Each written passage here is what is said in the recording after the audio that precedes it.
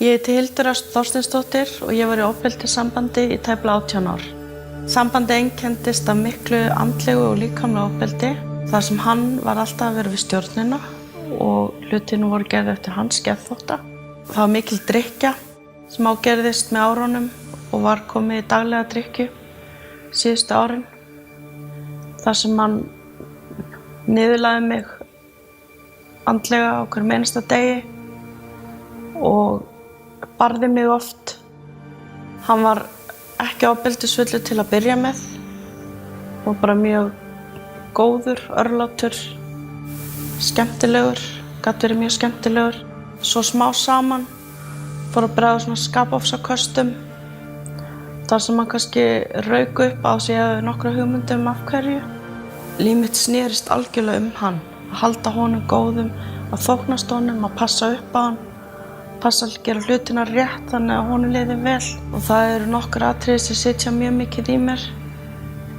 Og það í fyrsta lagi var árið sem við byggum í Barcelona sem byrjaði með leiðindum upp í eldhúsi þar sem hann byrjaði að hreyta í mig og var svo byrjaður að berja mig líka.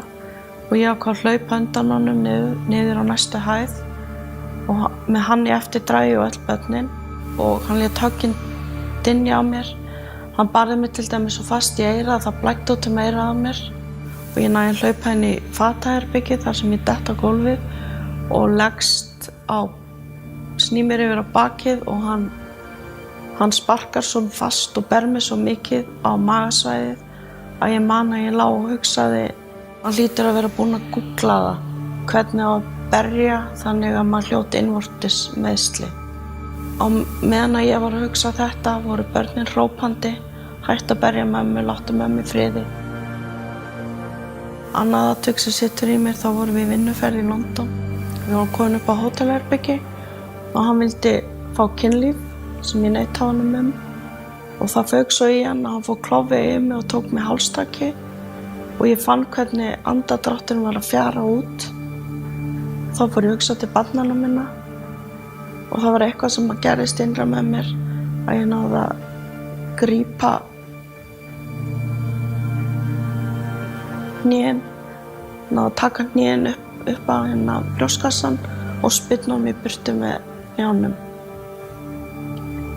Ég var svo skelkuð að ég hringdi á hjálp niður í lobby en þegar starfsmaðurinn kom þá stóð hann með steittan hnefa á bak við hurðina og ég var svo hrædd að ég afturkallaði aðstoðina. Og enn þann dag í dag finn ég fyrir áverkunum. Svo þriðja atvikið sem situr mikið í mér þá hefur verið að koma heim frá New York. Hann var búinn að drekka alla leiðina heim og allavega ekki verið kominn heim svona milli 6 og 7 og hann vildi halda áfram í partíinu. Þannig að hann fór beint inn og kveikti á tónlist. En þegar ég sá hann þetta væri ekki í boði og lækkaði niður í tónlistinni, þá stökk hann inn í eldhús og birtist með stóran hníf sem hann hljópa eftir mér inn ganginn og ætlaði bara hreinlega að stinga mig. En það gerðist eitthvað í hausnum á honum sem betur fer þegar hann sá skelfingarsvipinn á stelpunum sem hann stóð ennþá inn í anddyri í úlpunum og voru bara rétt komnar inn. En þetta atvik situr mjög djúpt í mér og líka í stelpunum okkar.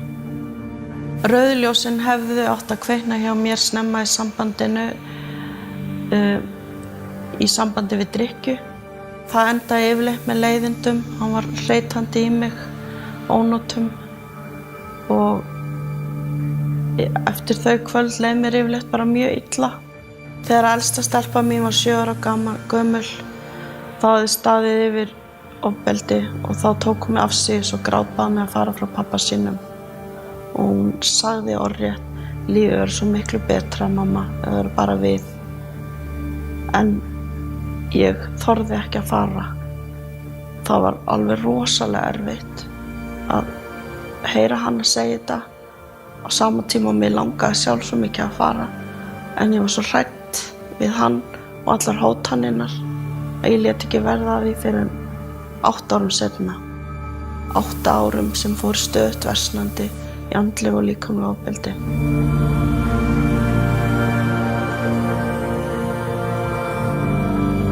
Ekki óttast það sem tekur við, þú ferð úr ofbeldissambandi. Lærðu að þekkja rauðu ljósin.